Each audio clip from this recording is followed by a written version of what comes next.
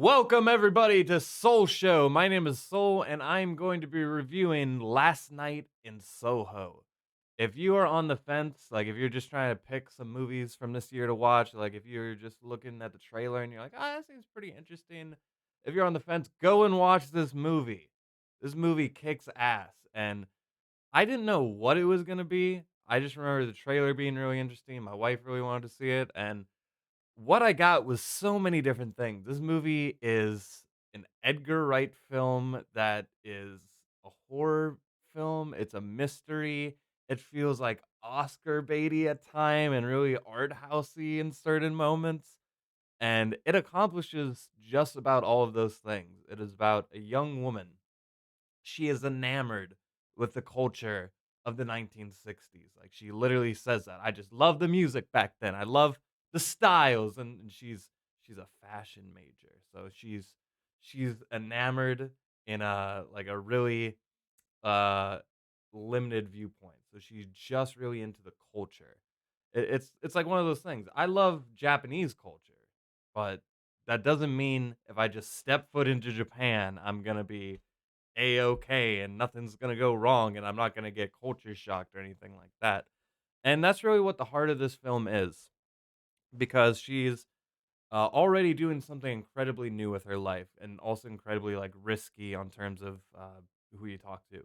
She's just moving to London. Just a young girl moving to London for good old school. And that is a very like real, tangible, relatable, out of comfort zone story. On top of that, you have a supernatural element where every time she goes to sleep, at least she moves into this new place, and inside this new place, it's established she has this kind of supernatural talent beforehand. And we're just not really sure what it is. They never outright come and say, "Here's what your power is." And I absolutely respect that and think more films should try to do that, because you get it. Like, you are 95% of the way there by the end of this film, but that 5% leaves it just so much more interesting just by not having it laid out. But they reference that she has a power, and we see in examples that when she goes to bed, she teleports to the 1960s, but not physically. She is dreaming, but she is watching through the eyes of Anya Taylor-Joy's character, which she is Mary suing this girl. Like, this girl is everything she wants to be. She's beautiful. She's got like the 1960s in her back pocket. She's killing it. She's talented. And then things slowly go south. She sees the much uglier side of what she was desiring. Um, it says it's also like a don't meet your hero story, and there's like a little bit of a twisted romance in there, and there's also a real kind of romance with this guy. I fucking hate this guy. Uh, this guy keeps popping into the film, and I think it's supposed to be like a very awkward relationship that he is basically simping for our main character up here, Thomasin McKenzie's character. Which, by the way, while we're on the topic, she is amazing. I've seen her in Jojo Rabbit and Old. I adore her role in each of those films. In this film, she killed it. This film is really on her back. There's a lot of bad actresses that you could have put in this role, and this movie would have bombed, but she killed it, thankfully. And this guy right here, they keep coming back to him. He's supposed to be in a romance. He is obviously simping for the girl up here. Like, this girl could literally just stab him in the gut, and the next day he'd be like, "Whoa, are you okay?" It is ridiculous the amount of times he gets almost rejected, but not quite there. And he just keeps simping harder and harder. And by the end of the film, you're like, you know what? I don't know what you deserve, but I'll give you a pat on the back for trying, man. And he's like a little bit creepy, but just not that creepy. He's still got like a boyish charm in there somewhere.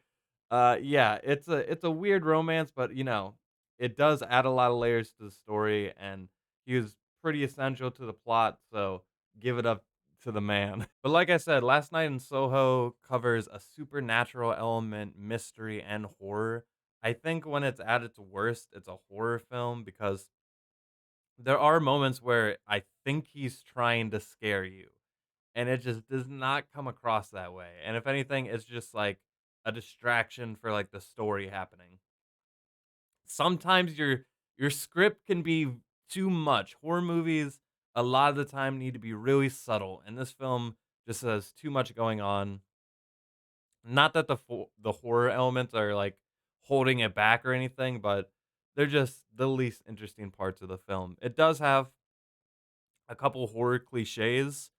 There is a couple like uh I wonder like you're going to make fan theories while watching this film, or at least I did.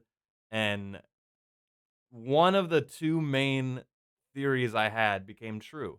And it seems like they're going against that idea for a little bit. So I was like, oh, okay, never mind. But then they brought it back. And then I was like, oh, okay, that I was right. But then they they keep you guessing, and the plot does a couple nifty things here and there, and I like that. I like the untruthing of this film, and again, just the supernatural element between these two, um, probably the most interesting aspect of the whole film. I know that's like somewhat of a, you know, simple concept of visiting another person's life in your dreams, but they do so much with that concept. And again, uh, all all the stars are perfect. Edgar Wright. I remember when the whole Shaun of the Dead trilogy thing ended, and I was like really bummed out about it.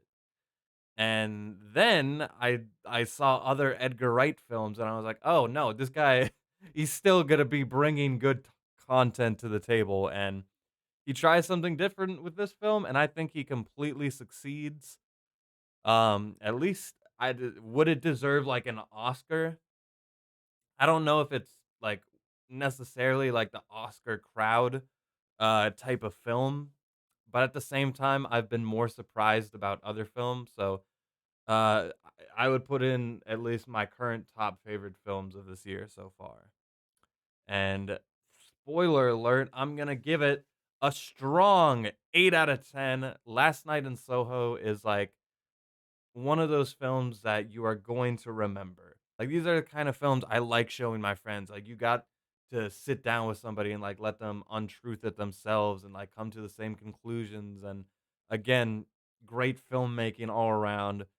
These are the kind of films that like make me remember, oh yeah, this is why I love films to begin with. So, with all that being said, thank you for watching. I have a lot of other reviews on this channel if you guys would be so kind as to browse through them and maybe click on some more that you're interested in. But if not, thank you, and with that, I leave.